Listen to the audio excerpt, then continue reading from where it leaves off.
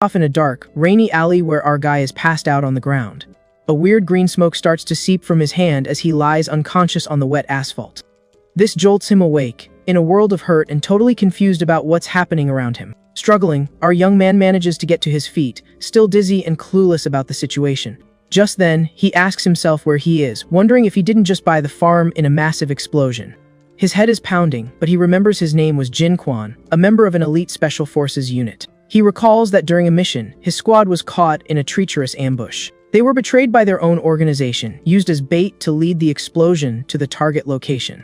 With that, he remembers finally kicking the bucket in the middle of a terrifying blast. Back in the present, he steps in a strange green puddle that was near him on the ground. The pain in his body just keeps getting worse, and he realizes he needs to find a safe place to hide. His eyes glow as he desperately scans the area for some kind of shelter. He spots a light on in a nearby house and thinks maybe someone lives there. Reaching the door, he cautiously enters and asks if anyone's home who can help him. Inside, he finds a man who gets spooked by his sudden appearance, which surprises him. Suddenly, the man in the house starts screaming in pain as a dark aura erupts around him. He writhes in agony, screaming desperately as he cashes in his chips, and our young man just watches the scene unfold. From outside, the protagonist hears a scream and sees a manhole cover go flying, wondering what that was all about. Inside the house, the man drops lifelessly, leaving our young man confused. On the floor next to him is a dirty metal plate that belonged to the fallen man. Our guy picks up the object, wondering what in the world it could be. At that moment, a hooded figure in a skull mask appears with a seriously evil grin. He's not alone. Another masked man enters the house with him, and they spot the body on the floor.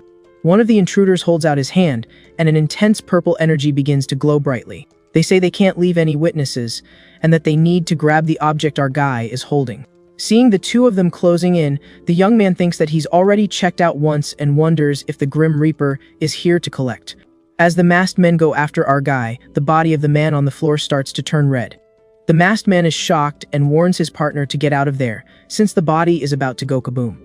Seizing the opportunity, our young hero manages to escape the scene with an impressive leap.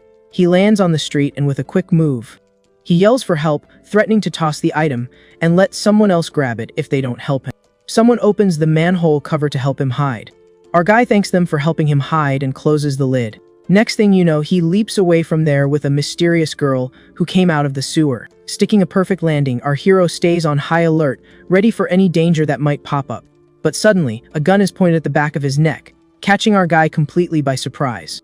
Our young hero is shocked and furious when he realizes it's the girl he just helped who's now threatening him. The girl asks who he is and why he stopped her brother, but the young man just says he wanted to get out of the rain. She then demands he hand over the item, and our young man says the object is in his coat. With no other choice, he hands the metal plate to the girl. Upon receiving the object, the girl's expression changes, and she gets a very sad and heartbroken look on her face. Tears start streaming down her cheeks as she calls out for her brother, who has passed on. She kneels on the ground and asks why her brother would trade his life for a simple emblem. She says the world is cruel, and that she doesn't know how she'll go on without his help. Our guy sighs, thinking he never expected to see such a sad look again after being reborn. His eyes fill with a dark memory as he stares at the crying girl in front of him. It was a look of despair, just like the refugees from the last war who had lost everything. The people he met in his past had empty eyes, with no hope for life left in them. He also remembers the women who were rescued from dungeons after losing their families. In their eyes, he didn't see joy for being rescued, but rather a bottomless void and endless sadness. They had lost everything, and even after escaping one nightmare, they would only fall into another to suffer more. Seeing the girl crying in front of him, he feels touched by the pain she was feeling. So, he comforts her, saying that her brother hired him as a mercenary to protect her. But the girl says he won't be alive for much longer, and our guy asks why. She explains that he was in the shadow rain for too long and his hand begins to deform. She reveals that they are in the city of the dead, and the rain here is different and much more dangerous. This rain turns into a strong acid when it dries, and anyone who gets wet in it has only one fate at meeting their maker. With that, our guy finally understands why he was feeling weaker and weaker. He then asks where she's from and who the masked men that attacked them were. She talks about the districts and the mages, but he, confused, asks what year and country they're in.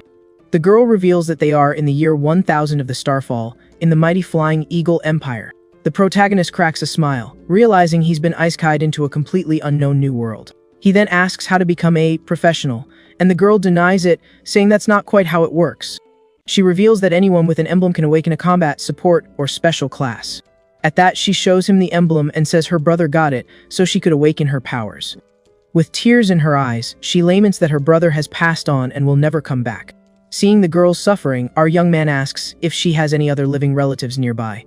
She replies that her brother was the only family she had left in this cruel and dangerous world.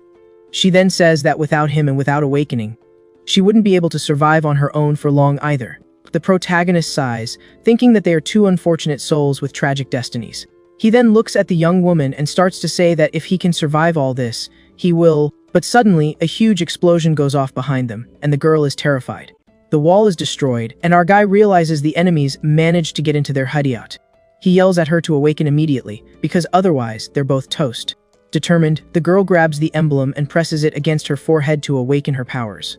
However, the emblem forcefully repels her, throwing the girl back and preventing her from awakening. She screams that the object is rejecting her, and it falls to the blood-stained ground, having no effect.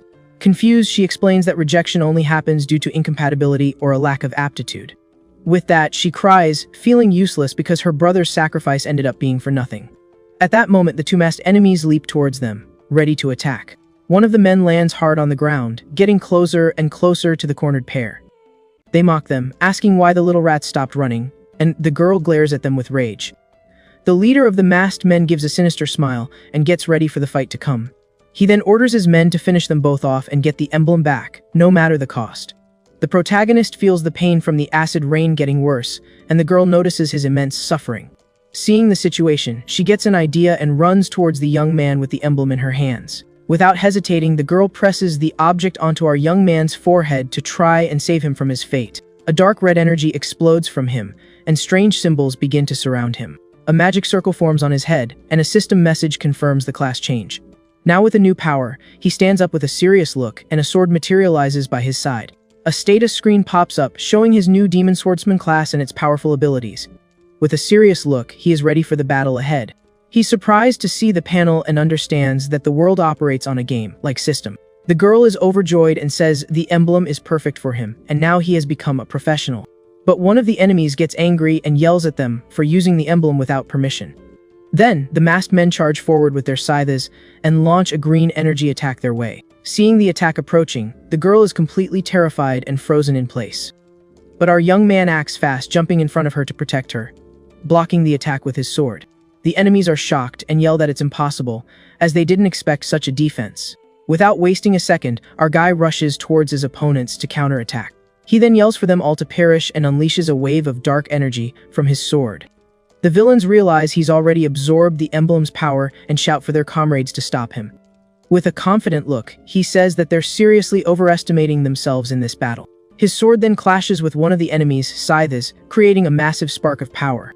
The masked men are hit head-on by the energy and scream in pain as they are disintegrated. The girl is shocked by his power and wonders how he got so strong so fast. Our young man prepares to finish what he started.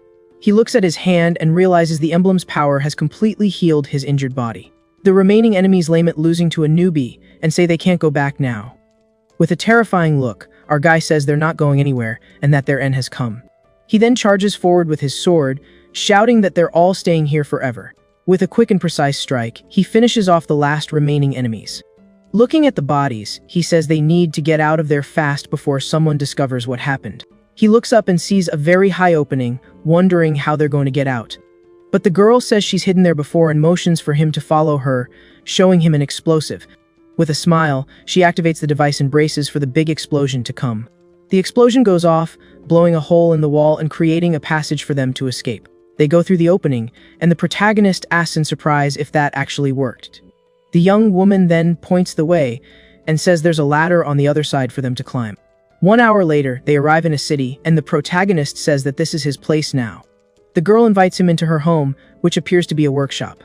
She says the place is a bit messy, but it's perfectly fine to live in.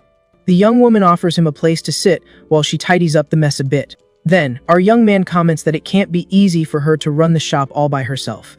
As she puts some tools away, she seems to get a bit thoughtful at his comment. With a sad look, the young woman replies that there used to be 2 of them, but now she's on her own. He apologizes for bringing up her brother, but the girl says it's okay. Suddenly, someone barges into the shop, complaining about why they opened so late. The shadows of 3 men appear in the doorway, and the young woman is surprised by the unexpected visit.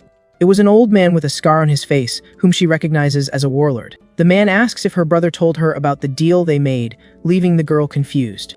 With a malicious smile, the warlord realizes she has no idea what he's talking about. He then orders his henchmen to take the young woman away immediately, without any explanation. The 2 men grab her forcefully, and she screams desperately for them to let her go. Seeing the injustice, our young man steps forward, preparing to intervene. With a shout, our young man tells them to stop, leaving the group's leader surprised by his attitude. Furious, the old man asks who this kid thinks he is, meddling in his business while the young woman is held captive. With a defiant look, the protagonist questions what right the man has to take her. The leader then replies that he has the right of a warlord and gets in the young man's face. Our hero says he must be a decent guy, because his ability can sense evil, and the old man has no malicious intent. So, the young man changes his tactic and asks the warlord what the girl's price is. The leader explains that her brother thought he would come back alive from pit number 1, which is a mine. He reveals that the pit is infested with worms, and the mission is to get what he wants and get out alive. With that, the warlord promises that if he succeeds, the girl will be returned. However, first, he wants to test if the young man is qualified and moves in to deliver a powerful blow. With a swift motion, the warlord unleashes a potent punch right at our young man.